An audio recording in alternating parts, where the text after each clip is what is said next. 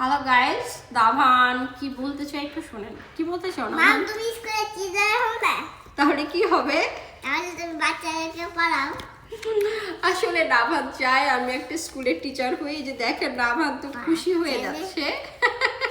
আসলে ও সারাদিন আমার সঙ্গে থাকে, তো স্কুল টাইমটাতে আমাকে ছাড়া থাকতে হয়, তার জন্য ওর খুব ইচ্ছা। কি ইচ্ছা নাভান তোমার? তুমি থাকো না, তুমি মাম্মি থাকে স্কুলে। স্কুলে তো আমি এমনি এমনি থাকতে পারবো না। স্কুলে থাকতে হলে কি করতে হবে? টিচার হইতে হবে।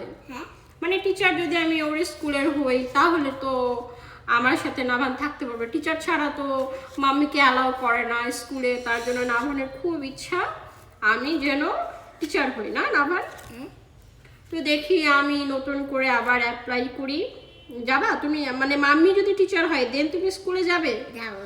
তো আমি আবার নাভানের ইচ্ছা পূরণের জন্য আমাকে এখন টিচার প্রফেশনটা চুজ করতে হবে, তাই তো নাভান?